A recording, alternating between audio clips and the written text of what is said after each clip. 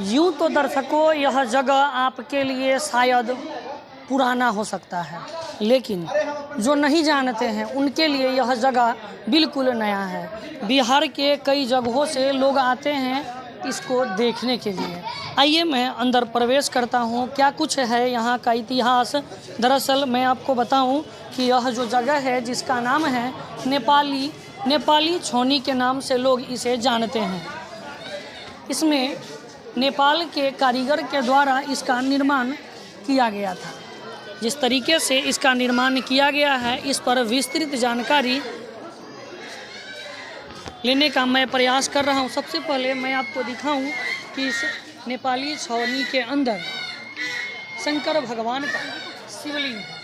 शंकर भगवान का शिवलिंग है। यह शिवलिंग आपको सबसे पहले मैं आपको दिखाऊं, यह शिवलिंग है और इसमें आकर्षक तस्वीर है जो नेपाल के कारीगर के द्वारा बनाया गया है।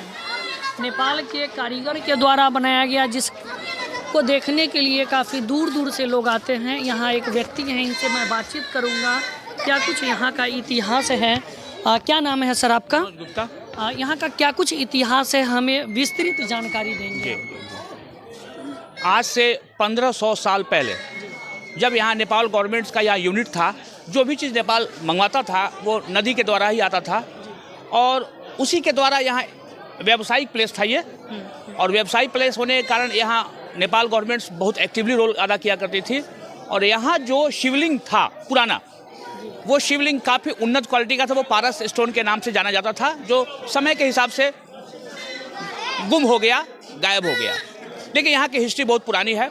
और यहाँ जो लकड़ी में जो आप देख रहे हैं नक्काशी, वो सेक्सुअल फिगर है। 84 वेराइटीज़ का सेक्स का फिगर दिया हुआ है इसमें, 84 तरह का। इसलिए दिया गया है कि पुराने ज़माने में जब हम लोग बहुत बैकवर्ड थे, उस समय में सेक्स की शिक्षा देना भी ज़रूरी था, क्योंकि उस चीज़ को रिप्रोजेक्टिव माने बच्चा को पैदा करने का कला भी लोगों को पता नहीं था। उस समय में रीजनरेशन के लिए इस आर्ट को डाला गया था।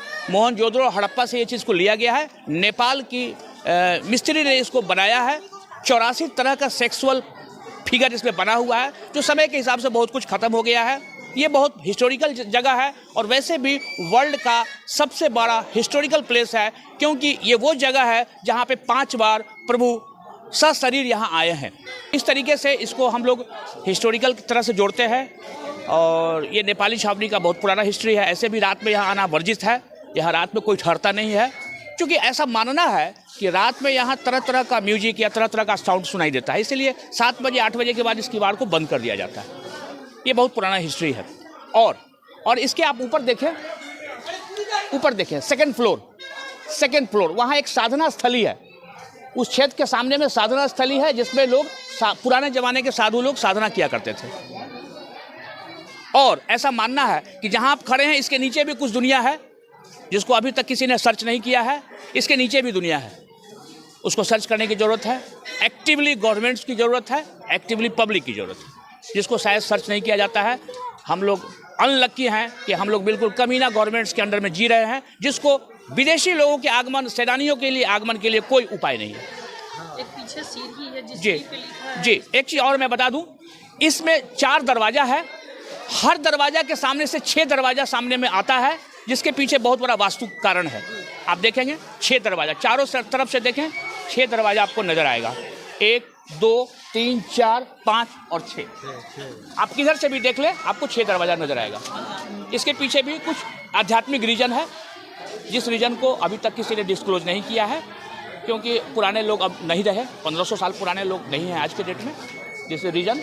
और ये जो सेक्सुअल चीज़ देख रहे हैं, ये चीज़ हम लोगों के बैकवर्डनेस का पहचान है। उस ज़माने में, जिस ज़माने में हम लोग रीजनरेशन के बारे में नहीं जानते थे, उसमें ज्ञान देने के लिए इस चीज़ को डाला गया था। 84 एक्टिविटीज़ है इस सारे पिक्चर में।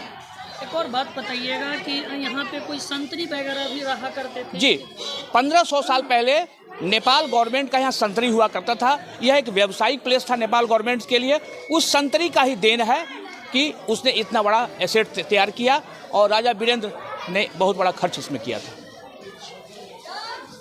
पीछे एक सीढ़ी है जिस पे चढ़ने के लिए मना किया गया जी, है। इसलिए कि बहुत पुराना हो गया है और बहुत कमज़ोर हो गया है छत, इसीलिए उस सीढ़ी को बंदिश कर दिया गया है। छत कमज़ोर हो गया। यहाँ पे बिहार के कई जगहों से लोग आते हैं देखने, पूरे वर्ल्ड से आते हैं। इसको लेकर के जिला प्रशासन से आप क्या कहेंगे? जिला प्रशासन को ये कहेंगे कि इसका प्रमोशन होना चाहिए। अगर वही पत्थर रोड पे है तो वो उस रास्ते का पत्थर है, वो पत्थर जब मंदिर में होता है तो शिवलिंग बन जाता है। तो इस चीज़ को प्रमोशन की ज़रूरत है। ये वर्ल्ड लेवल का संस्था बन सकता है, लेकिन इस पे लोगों का ध्यान नहीं है। हमारे कुणाल सर को वैसे मंदिर का ध्यान रहता है जहाँ पर मंदिर को आय होता है, लेकिन यह आय से बहुत बड़ी चीज़ है। आप सोच के बताइए, 1970 में दुबई आज़ाद हुआ, लेकिन आज वो वर्ल्ड का शरणार्थी प्लेस है। 1947 में यह आज़ाद हुआ, लेकिन यहाँ कोई भी शरणार्थी विदेश से नहीं आता है। इसको प्रमोशन की ज़रूरत है, इसको सजाने की ज़रूरत है और इसको रख रखाव की ज़रूरत है।